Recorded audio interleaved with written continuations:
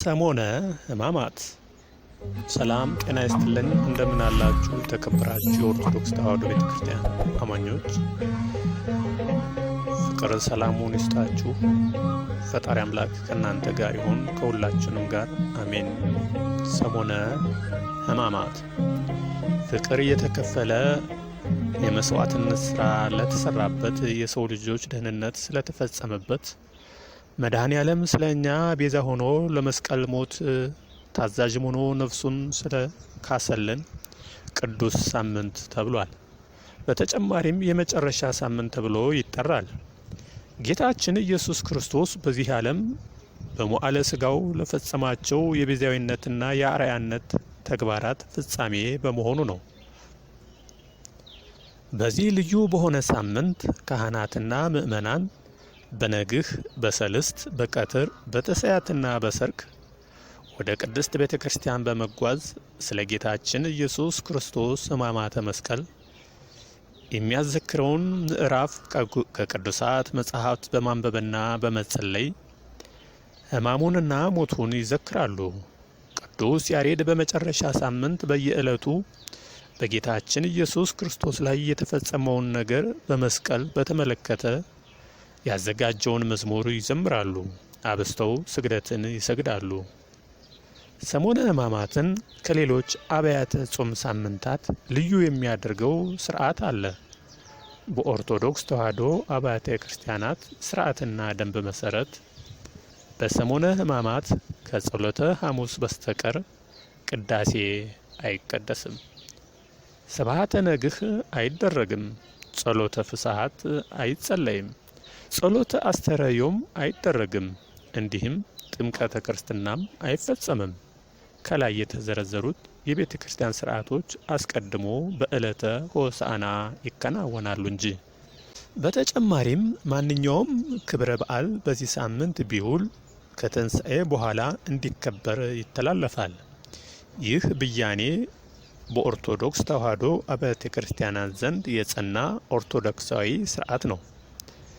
ሕማምና ሞት የማይገባው ጌታችን ኢየሱስ ክርስቶስ የእኛን ሕመምና ሞት ለራሱ በማድረግ በዚህ ሳምንት ለእኛ ቤዛ ሆኗልና ደዌያችንን ተቀብሏል፣ ሕመማችንም ተሸከመ፣ ከአመፀኞችም ጋር ተቆጠረ። እርሱ ግን ፍጹም አላደረገም፣ ተንኮልም በአፉ አልተገኘበትም። ኢሳይያስ 53:4-12 እንዲህ ተብሎ እንደተጻፈ ምእመናን ክርስቶስ የተቀበለው የእኛን ሕማም መሆኑን በማክበር በማሰብ በሰሞነ ሕማማት ከማንኛውም የሥጋ ሥራ መታቀብ፣ ዋዛ ፈዛዛ ባለመነጋገር ባለማድረግ በሐዘን ልናከብረው ይገባል። ብድራትን በማያስቀረው አምላክም መተላለፋችንና በደላችንን በመደምሰስ የመንግስቱ ወራሽ ያደርገናልና በዚህ ሰሞን ከዋዛ ፈዛዛ መራቅን ያስፈልጋል። ሰሞነ ሕማማት እስከ 4ኛው ክፍለ ዘመን ድረስ ከጾሙ ተለይቶ ለብቻው ይከበር እንደነበረ ይነገራል። በኋላ ግን በባሕረ ሐሳብ ቀመረ መሰረት ጾሙም ሕማማቱም ትንሣኤውም ተያይዘው እንዲከበሩ ተደረገ። ጾሙ ጌታ የጾመው 40 ጾም ወይም 40 ቀናት ሲሆን በኦርቶዶክሳውያን አብያተ ክርስቲያናት ግን 55 ቀን ይጾማል። ይህ የሆነበት ዋናው ምክንያት 40ውን ቀን ጾሞ እንደገና ደግሞ ሕማማቱን ሳምንቱን ለብቻው ከመጾም አንድ ላይ ይሁን ተብሎ የተደረገ ነው። እንደ ዋና ምክንያት የሚደረገው ሰሞነ ሕማማት ለብቻዋ ሳምንት ስለሆነች 40 ጾም ደግሞ ከፊት 40 ቀን ስላለ 40 ቀን ተጾሞ እንደገና ደግሞ ብሎት ሳምንት ተበልቶ እንደገና ደግሞ ሳምንት ከመጾም እና እንዲህ ከማድረግ ሕማማት ከፍተኛ የሐዘን ጊዜ በመሆኑ 40ውን ቀን እንደ ጾምን አከታትለን ሳምንት በመጨመር ሳምንቷን ሰሞነ ሕማማትንም አብራ ይደረግ ተብሎ አባቶቻችን የቀመሩት ስርዓት ነው። በዚህም 40 ቀን ሲደመር በመሃል ያለችው ሳምንት እና ዋናዋ 7 ቀን ሰሞነ ሕማማት በአንድ ላይ 15 ቀን ሆነው 55 ቀን ይጾማል ማለት ነው። ይህም ጌታችን አምላካችን መድኃኒታችን ኢየሱስ ክርስቶስን ለማሰብ አብስተን እንድናስብ መጾም መጸለይ ተገቢ በመሆኑ 55ቱን ቀን በፍቅር እንጾማለን። በሌሎች እምነት 40 ቀን ጌታ ከጾመ 40ውን ብቻ ነው መጾም ያለበት ይላሉ።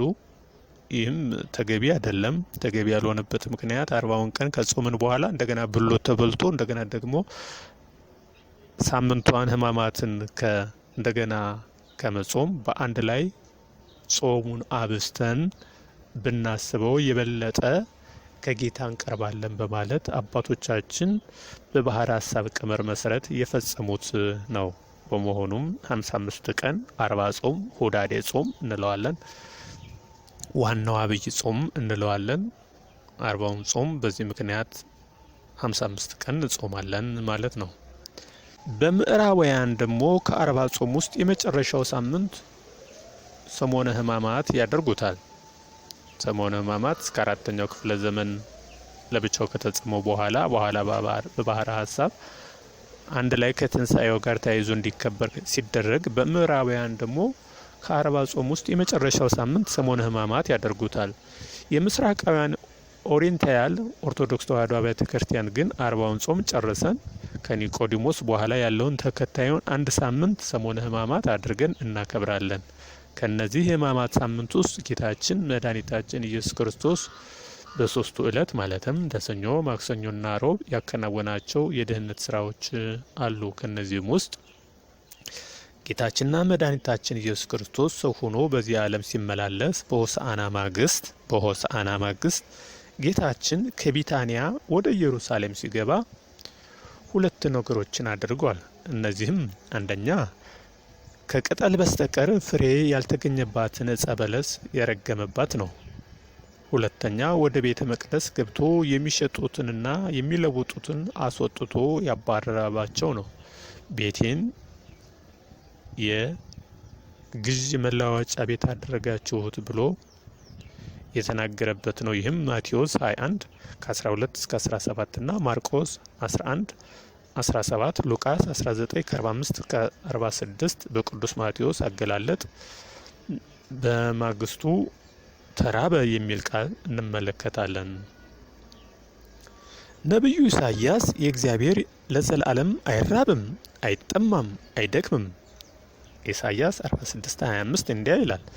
በቅዱስ ወንጌልም በመጀመሪያው ቃል ነበር ይላል። ያ ቃል ዳግማዊ እንደሆነ ቃል በእግዚአብሔር ዘንድ እንደነበረ ያም ቃል እግዚአብሔር ነው ተብሎ ተጽፏል። ዮሐንስ 1 ከ1 እስከ 2። ጌታችንም በመዋዕለ ትምህርቱ ሲያስተምር የእኔስ መብል የላከኝን የአባቴን ፈቃድ አደርግ ዘንድ ስራውንም እፈጽም ዘንድ ነው ይላል። ዮሐንስ ከ4:34 ላይ እንዲህ ተናግሯል። ነቢዩ እግዚአብሔር እንደማይራብ ተናግሯል። ታዲያ ጌታችን ለምን ተራበ? ሰማያውያን መላእክትን እንዳይራቡ አድርጎ የፈጠረ፣ እስራኤልን ገበሬ በማያርስበት ዘር በሌለበት ዝናብ በማይጥልበት ምድረ በዳ የመገበ፣ ድረ ሥጋዊ በ5 እንጀራና በ2 ዓሣ 5000 የሚበልጡ ሰዎችን የመገበ ተራበ ተብሎ ሲነገር እጅግ ይደንቃል። በእርግጥ ፍጹም አምላክ ፍጹም ሰው በመሆኑ አልተራበም አንልም፣ ተርቧል። የጌታችን ረሃብ ንዴት ያለበትና የአንዲት የበለስ ዘለላ ረሃብ አይደለም። ረሃቡ የበለስ ፍሬ ሳይሆን በለስ ቢህለ ቤተ እስራኤል አመንቱ እንዲል የሃይማኖትና የመልካም ስነ ምግባር ፍሬ ይሻ መሆኑን ለማስጠየቅ ነው። ጌታችን የፈለገውን ባለማግኘቱ ጉባኤ አይሁድን ረግሟል። በአይሁድ ጉባኤ የነገሰውን ኃጢአት በበለስ አንጻር መርገሙን ታላቁ ሊቅ ዮሐንስ አፈወርቅ በአንጻረ በለስ ረገማት፣ ለኃጢአት ለበለስ አንጻር ኃጢአትን ረገማት ብሏል። እስራኤልም በአንድ ወገን የተጠበቀባቸውን ፍሬ ባለማግኘታቸው ተረግመዋል። ሊቁ ቅዱስ ዮሐንስ አፈወርቅ እስራኤል ከፍቅር ይልቅ እርግማንን እንዳገኛቸው፣ አሕዛብ ደግሞ የቃሉን ትምህርት ሰምተው የእጁን ተአምራት አይተው ያመኑትንም የእግዚአብሔርን ጸጋ ልጅ ለመሆን መብቃታቸውን ሲመሰክር እንዲህ ይላል። አሕዛብ በአስተጋብኡ ጸጊሬዳ በሂሮተ ወሰኮሱ ተረፈሃ በአይሁድ ዘውእቱ ህስተ ሃይማኖት። አሕዛብ በእግዚአብሔር ቸርነት አበባ ሰበሰቡ፣ በአይሁድ ዘንድ ግን እሾህ ተረፈ።